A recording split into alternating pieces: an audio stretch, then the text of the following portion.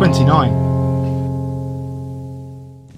Okay, I'm going to tell you what's in your box. We've got some Alexanders. That's a plant introduced by the Romans, went out of fashion in Victorian era. It was, in effect, supplanted by the cultivated version of this, which is wild celery.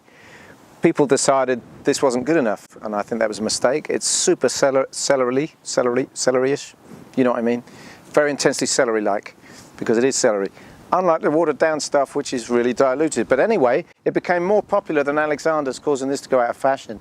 And obviously we are aiming to revive the use and, dare I say it, the fashion for using Alexander's. You'll see with the wild celery on the greenery, there's some blemishing.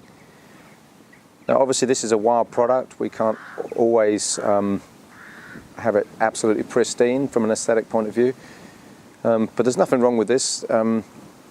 And it will be chopped down for the recipe this week. So we've got a brand new one. This is Charlock. It's another wild mustard, but it's not as mustardy, that's a lot easier to say, as some of the ones we've had. And we're just going to use that basically as a mustard green.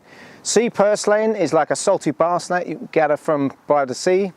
And I do recommend that as a use. Just pick the leaves off and eat them just like that. That could almost be a recipe. And in fact, this week, we are not going to use all of the sea purslane in a recipe, so you'll kind of have to just pick it down and eat it like that, or of course improvise and use it some other way spontaneously as you see fit. This is chickweed. It's an amazing salad.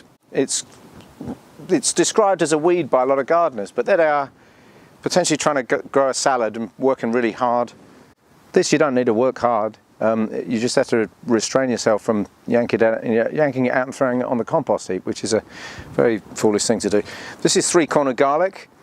It's actually a garden escape, and it's growing on a lot of hedge banks and other sort of lightly shady places. And look, this is a wild garlic that takes us right through the winter. It'll be around until the Ramsons crops up, the native wild garlic. Wild celery I've already said about. It's another new one.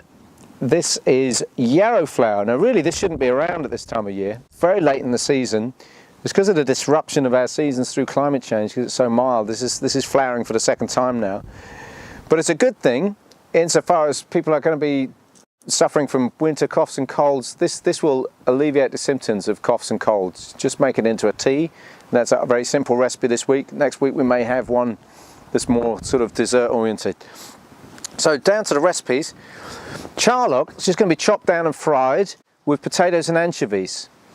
And that's just as simple as it gets. The chickweed is going to go with beetroot ribbons and sesame seed, and that's actually a nice pairing with the Charlock and potatoes one. The Alexander's, a bit more to say about that. We're going to make an Alexander's and potato soup. As you'll notice, there's quite a lot of potatoes in this week's box recipes. But what I want to say is Alexander's in itself has a very strong, bitter, aromatic flavour. If that's a bit much for you, well, I've kind of catered for you in the method for this recipe. We'll fry it all for 20 minutes, then cook the whole thing for a further 30 minutes. But if you want to stick your neck out and be bold with the Alexander's flavour and experiencing that, just reduce the cooking time and see if you like it. As far as the wild celery and three-cornered garlic goes, this is blitzed down to make a sort of spread, for want of a better word, but it's a bit sort of tapenade, maybe even a little bit like a pesto. You could call it a puree, I suppose, but the idea is to blitz it up, put it and spread it on toast as a kind of brunch. I had it for breakfast yesterday, but it's more of a kind of brunchy, startery thing.